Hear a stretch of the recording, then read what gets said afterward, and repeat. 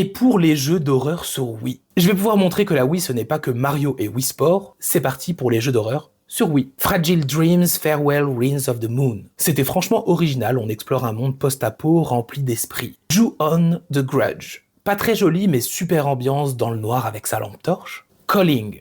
C'était original, on utilise la Wiimote comme téléphone, ambiance horreur au top. Project Zero Mask of the Lunar Eclipse. Les Project Zero ont toujours eu une ambiance géniale. Project Zero 2 Wii Edition. C'est l'un des meilleurs Project Zero. Silent Hill Shattered Memories. Pour le coup, c'était une vraie surprise. Dead Space Extraction. C'est un préquel à Dead Space, de quoi savoir ce qu'il s'est passé avant. Cursed Mountain.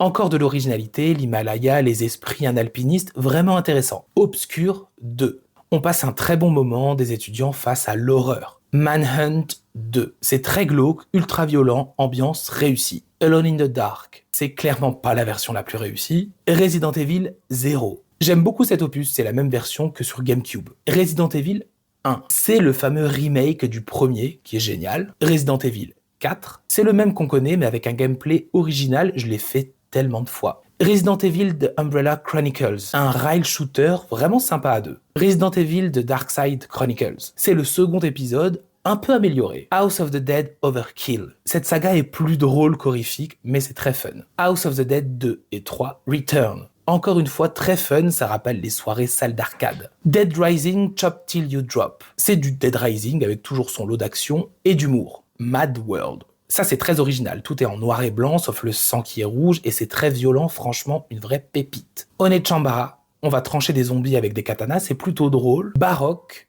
l'ambiance est sombre, après le jeu est très moyen. Escape from Bug Island, on va affronter des insectes monstrueux sur une île. Imabikisu, c'est un visual novel horrifique. Night of Sacrifice, on joue des ados dans une maison hantée. Deadly Creatures, on y joue un scorpion et une mygale, pas vraiment horreur, mais vraiment sympa.